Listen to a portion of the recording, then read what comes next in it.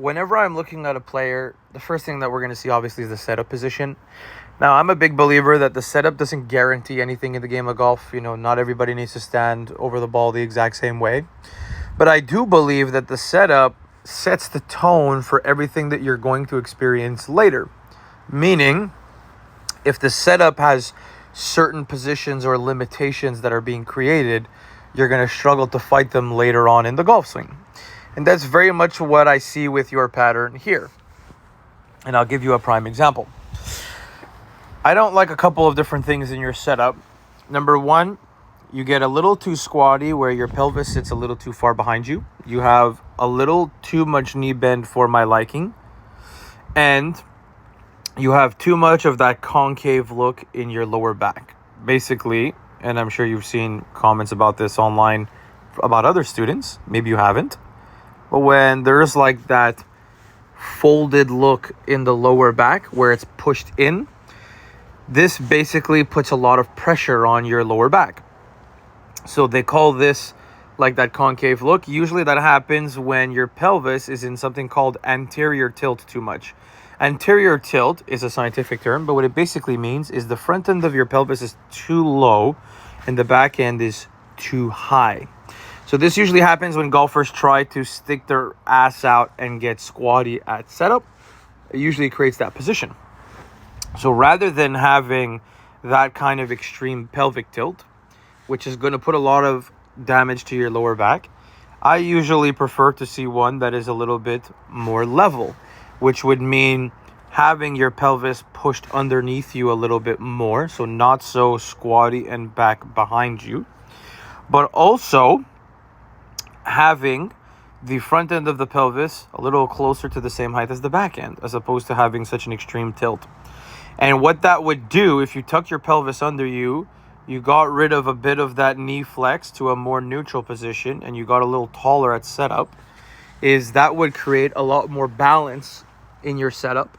It would take a lot of stress off your lower back, and it would get you into a more athletic, more dynamic position. Now, why does all this stuff matter?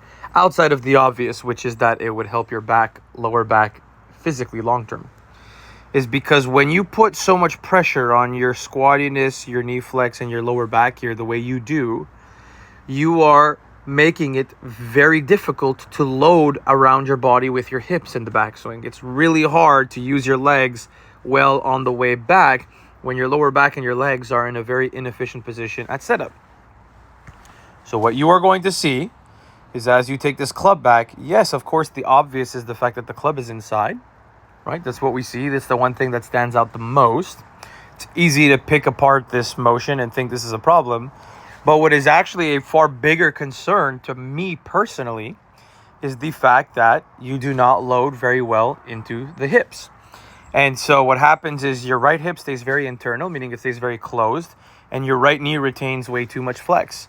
So you see how there's like very little gap between your legs here? I can almost not even really see your left leg much. This is an indication that you're not loading well into the hips. And part of that is happening because your lower body at setup is not doing you any favors. So of course, the setup position, again, doesn't dictate anything. Of course, there is a world in which you could have potentially overcome this despite the poor setup, but it's hard to do. And most players don't. So what ends up happening is, from this squatted setup position, yes, again, the club rolls a little inside. Not a big concern to me. But by the time you get to the top of your backswing here, your hands just have not worked nearly enough around your body. Everything is very narrow. And your right hip doesn't open up much. And your right knee retains too much flex. And all of this starts with a poor setup position.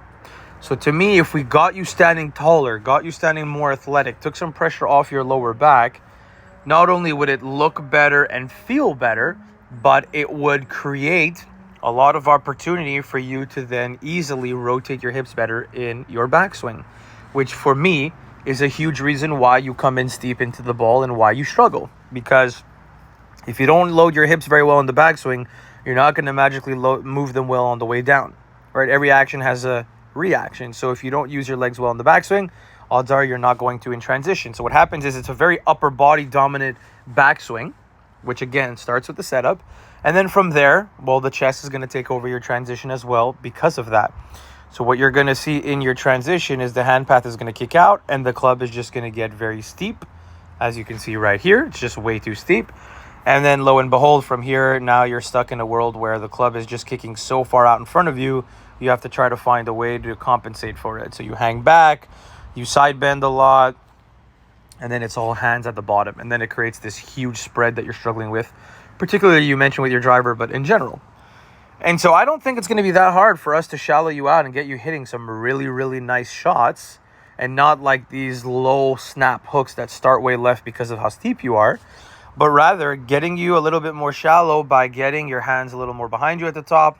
If we got you loading better, your club would set a little bit more down the line and your right hip would be more open and all in the backswing, and all of a sudden it's an entirely different game that you're going to experience.